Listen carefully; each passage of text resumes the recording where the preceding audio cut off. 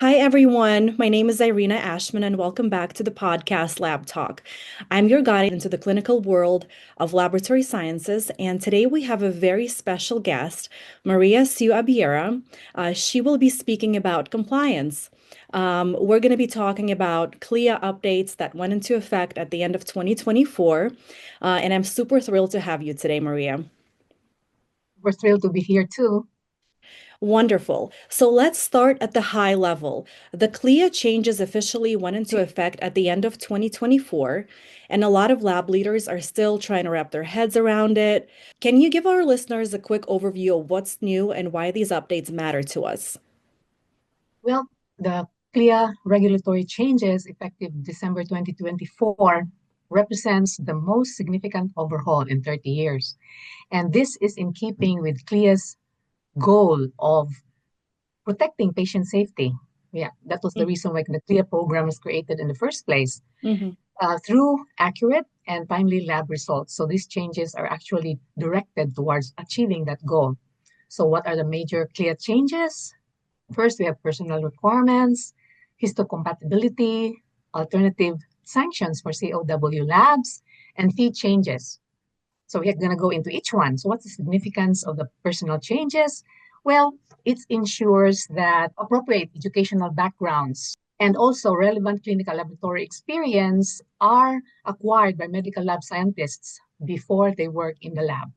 And it also enhanced accountability for technical leadership, especially the lab director.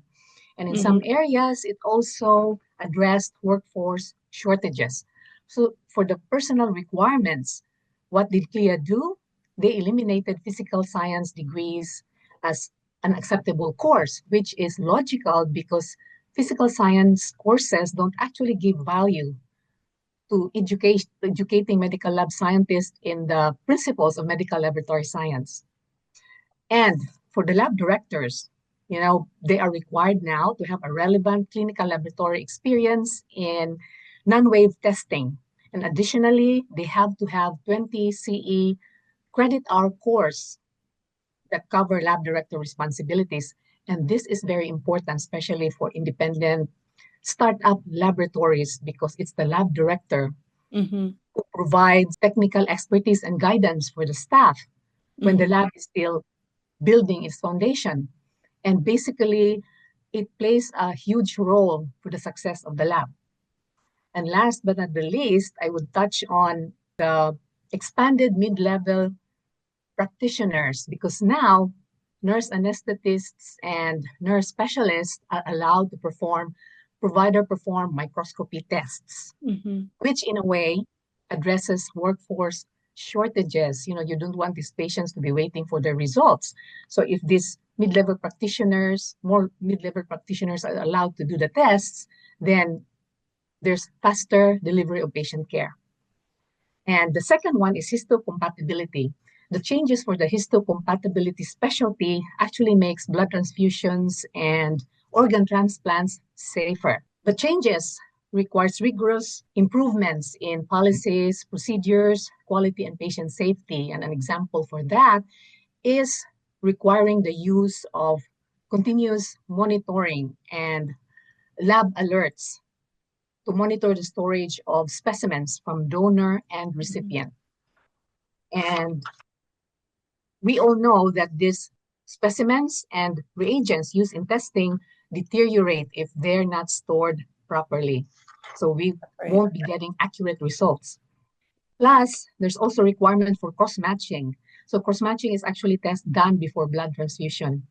And HLA typing, it's also done before organ transplantation. So it was a Mm-hmm. good thing that CLIA, you know, introduced changes. What exactly were those changes for the HLA typing? Identification of cells, something like that. It's so technical now that I really Mm. don't want to get into it. Mm. But it's just there's less probability of the patient rejecting the organ. I see. Yeah, yeah.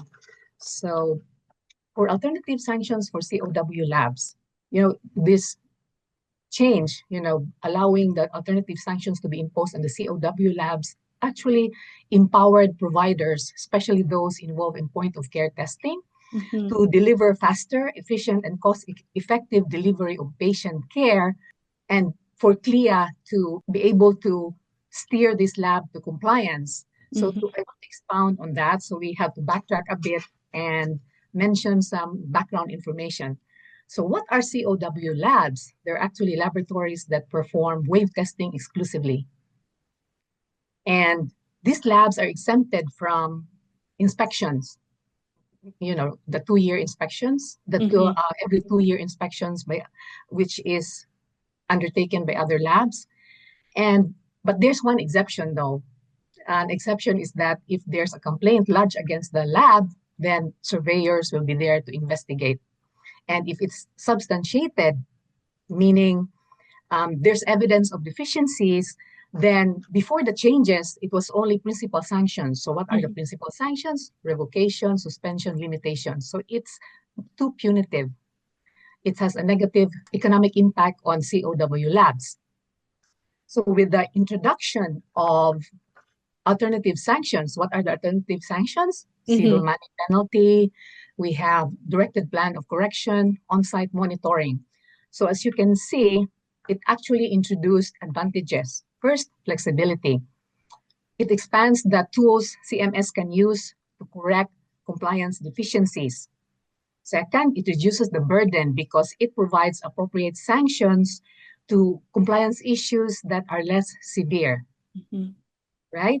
And also enhanced oversight, it allows intermediate steps for the correction of deficiencies that results in better compliance.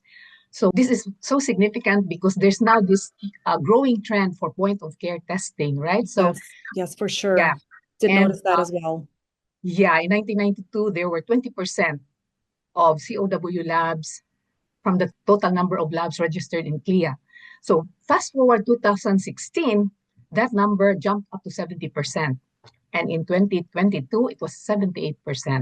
So Wow. there's that growing, for point of care testing for fast delivery. So basically, the CMS doing this can assure compliance, Mm-hmm. meaning accurate, timely results for providers who are trying to deliver patient care faster. Mm-hmm. Any question or I can proceed?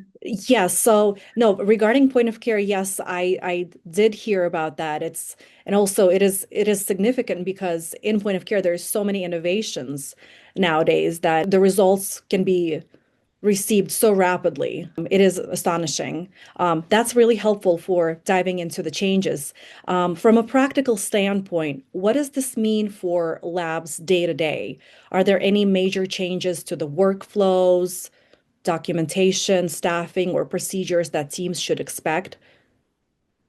Well, compliance implementation actually is a huge undertaking that requires a lot of time, effort, and resources. And yes, um, there will be changes in the workflow, especially for the histocompatibility specialty. With all those requirements, it's more Yeah. of quality assurance, more of quality assurance activities, and for um, the quality assurance personnel, with the help of the lab supervisors, they have to revise these documents, to implement, to introduce this, or to introduce the changes into documentation. Because as we know in the laboratories, whatever you do on the bench or whatever policy you're imposing to the to the lab personnel should be reflected in your documentation, which needs to be reviewed by the director, Mm-hmm. signed, and also reviewed by relevant personnel. So it's a huge undertaking and resistance to change. And I think it's normal for human beings, right? Lab scientists are human beings too. And human beings are creatures of routine. We don't Mm-hmm. want anything to change. And for the laboratory, for us lab scientists, in order to keep up with turnaround time requirements, we have to produce a certain number, release a certain number of results on our shift to keep up with turnaround time, Mm-hmm. plus doing compliance simultaneously while testing. So because of introducing the changes actually disrupts that routine and it's stressful. Mm-hmm. So there's a lot of adjustments too that is needed.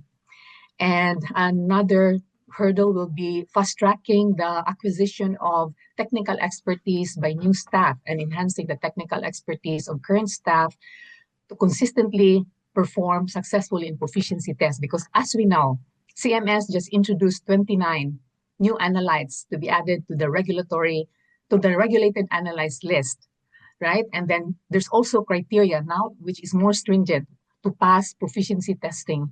So the labs should pay attention to the technical expertise of the staff.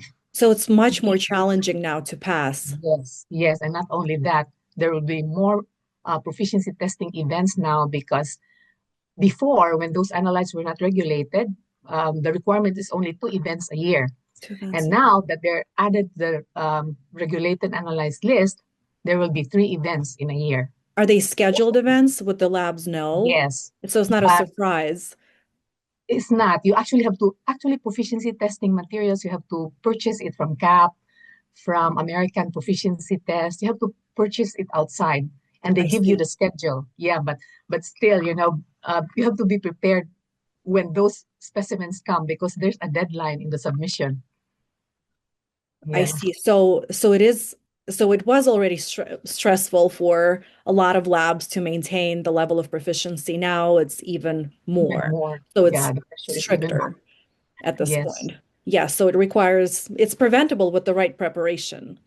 yes. And to do that, you have to fast track technical expertise, because actually performing proficiency tests requires technical expertise and it needs time to accumulate technical expertise. So the Mhm. challenge for supervisors now is how to fast track that so that um, personnel, because you cannot only delegate that one person.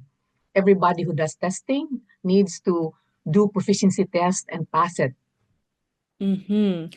Yes. Quick question. So based on the clinical, on the CLIA changes, so the supervisors now are required to have how many years of bench experience? Is it Well, 4? actually, here in New York, to be a Yes. supervisor, 6 years of bench experience. But since there's personnel shortage, Mm-hmm. they can accept supervisor qualified. Now there's supervisor qualified. Yeah. Okay. Yeah, because I heard something they would accept people with 4 years or even 3 years of bench experience as long as they hold a master's degree, because that would substitute for another couple Yeah, of for a years of bench master's. experience. Yeah, actually, master's degree now is, was that 2 years and Two four years, years for right? a Okay. bachelor's? Yeah, yeah. Mm-hmm. So the higher your degree, the lesser the required I clinical laboratory. see. I see. Okay. So let's talk about people for a moment. How do these updates affect lab staff, technologists, supervisors, and managers, not just operationally, but emotionally? You did mention that it's since there are more events happening in a year, now there are three. How is that affecting them since there's such, staffing shortage, Well, especially? well, we cannot really sugarcoat it. Increase in workload actually equals more stress. That's a Hmm. fact. So I think even then, the laboratory, since we need to fulfill turnaround time requirements, Hmm. and plus it's not only that, there are stat tests. For example, if you are in a hospital, stat test because somebody's dying in the ER. So there's a lot of distractions actually Hmm. while doing your routine. So Absolutely. laboratories at this point, people working in the lab actually needs to learn how to take care of their mental health, take breaks, practice meditation, develop hobbies. What else? And I have a very personal experience about this. I really know how important it is. We have Please this guy. share. Yes. Uh, I worked in a startup laboratory years ago, Hmm. and there's this very intelligent guy. He just graduated from a master's degree in biomedical science, Hmm. and really smart. And there was actually a panel in the lab that had a calculation, and we were the only ones. Somebody told us that we were the only ones who were actually able to put it in the LAS, where other labs are calculating it manually, and that was because of him. So he's really smart, a lot of potential. But the downside is that he doesn't have any hobbies at all, and he doesn't know how to relax. So I left the lab and then went back a few years later because they asked me to help them with technical watch. You know, the lab was in trouble, and he was already the manager, the Mm. administrator. And I said one Friday afternoon, you better go and relax. You're stressed out the entire week, dealing with lab lab issues. And oh, if you live in the he rented an apartment at the beach. So why don't you walk on the boardwalk, just take a breather. Oh, he prefers to work and all that. And and then finally he worked in a bigger place. And 2 years ago, I just heard that he committed suicide. Yeah, his career was going well, and I think it's because he was not taking care of his mental health. He wasn't only dealing issues at work. He was his the progress in his career was very fast, Mm. and he was also dealing with personal stuff because I heard from him he didn't want to get married, but his parents wanted him to get married. So he has a 2-year-old son at the time when he died. So I think dealing with all these pressures with that which doesn't only involve work needs for us to have ways of, Yeah, we yeah, need an taking a outlet break. as humans.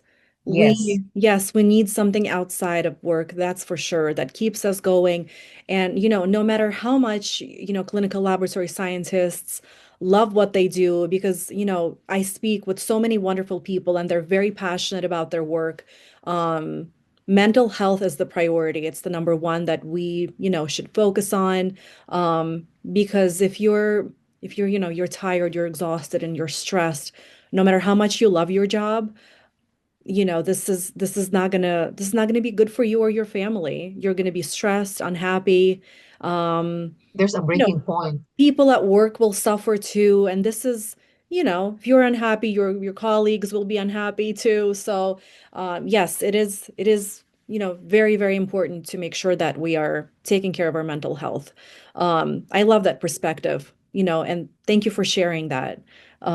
Because burnout is definitely something that, a lot of labs are dealing with.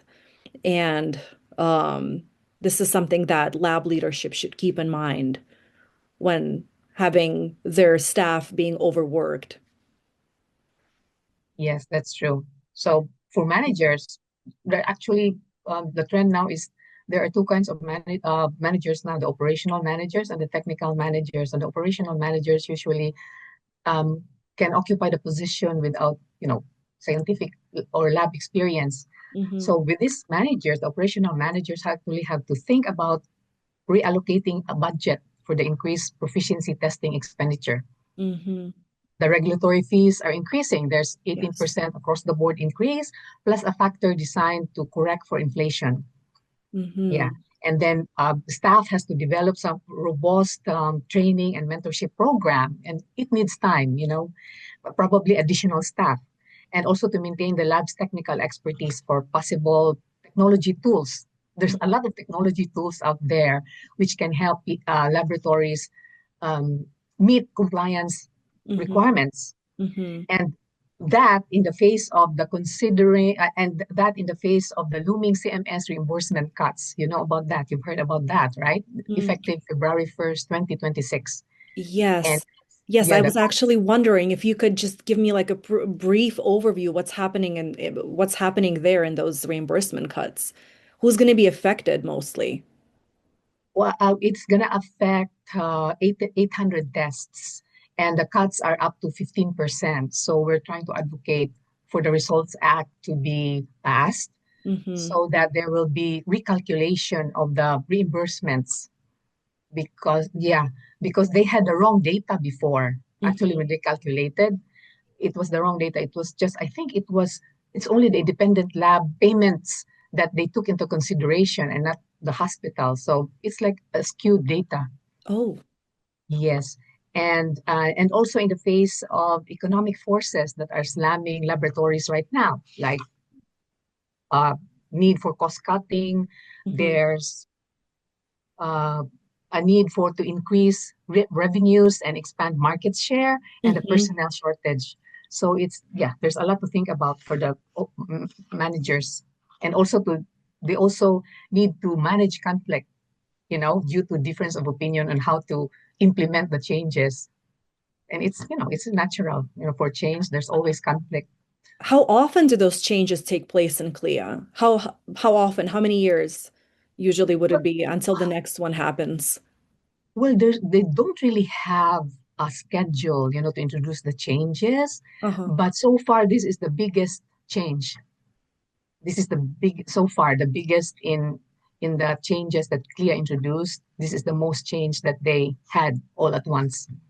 I And see. yes, yeah, before Okay, so it's it's like, not like it happens every year, there will be a change. um, It's just something that will be implemented, and people just have um, to adjust, right? All the labs would have to adjust to the new changes and be prepared. yeah, it's actually a major change, although CMS actually, through their quality, safety, and oversight group in their website, Hmm. there's rules there. There's directives there what labs should do. Like, for example, they're geared towards digital communication. The certificates will now, lab certificates will now be sent through digital means. There's no Hmm. more paper. Yeah. Hmm. So there they always put, if you give your email there, then you can be updated of what, the QSOG group is Hmm. um, telling labs to do. Right. Interesting.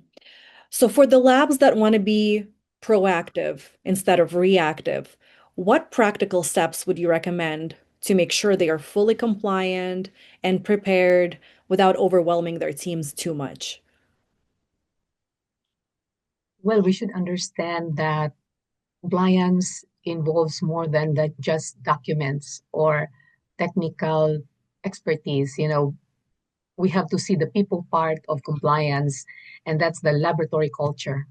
Actually, I Hmm. presented this material.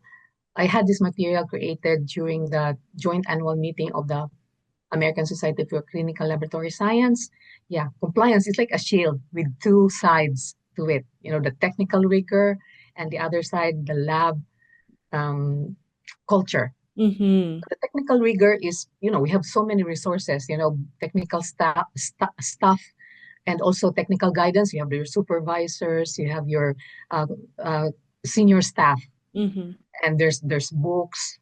There's a lot of things for that. There's also technology companies offering, and I think that the limitation there is the time constraints, Hmm. because I know and I just actually attended a webinar, a short webinar, 45-minute webinar by Proficient Labs of the Hmm. capabilities. This is for compliance, actually. It's like a laboratory information management system. Hmm. And yeah, and they were showing the functions, capabilities of their software. And we were only three people for as an audience, and there are also three people from the company. So I remembered now that when I was general lab supervisor, Hmm. I actually hated getting distracted. I was doing something in the lab, and then somebody calls me because somebody was looking for me to find out that it's a salesperson pitching their products, and I said, Uh-huh. "Oh, gee, yeah." So the limitation for exploring technology is time constraints. But there's a lot of capabilities there. Plus, the limitation doesn't end there. You also Hmm. have to present that to leadership in such a way that leadership can understand the return on investment if they will buy this particular technology for compliance. That's also the hurdle, because compliance, because quality, this quality that the lab needs to maintain is actually a nebulous entity. It's hard to measure. And with compliance, a lot of things are involved in it that it's hard to quantitate the return on investment. So that's the challenge, especially for lab Yes. directors of quality. Y- Yeah, it sounds like, a lot of decisions to be made for sure. Very challenging, time consuming, and stressful at the same time. So you really have to set your priorities in the lab, right? And especially you mentioned you hated being interrupted when you were called by those salespeople. Um, I can definitely understand that. Because even I, when I'm fully in the work process and there are things that are happening around, it's even there are little things you want to be fully focused on what you're doing at the moment. But yeah, there's a lot to keep in mind with compliance and running the lab properly. Marie, this has been such a wonderful, valuable conversation. And before we wrap up, is there one key takeaway you want the lab leaders and technologists to take away regarding those CLIA changes? The main one.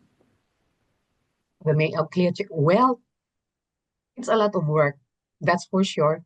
There's no sugarcoating it. Mm-hmm. So I think the takeaway is that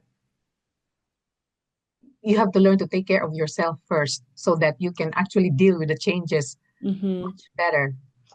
Yeah, I think it starts with you, actually. It starts with the person and Mm-hmm. also the way you relate with your colleagues, because implementing the changes is actually teamwork. Yes. Yeah, so that's why I mentioned lab culture. I actually have, about psychological safety. There are actually resources here, Mm-hmm. yeah, articles from the National Library of Medicine, creating a learning centric culture, something like that, and collaborative, growth oriented culture, something like that. And this is so helpful, especially in implementing major CLIA changes. That's very helpful. That's a perfect note to end on. Thank you so much for joining us today and for sharing your insights. It was incredibly helpful. And we'll catch up. We'll catch up soon. Well, thank you for having me.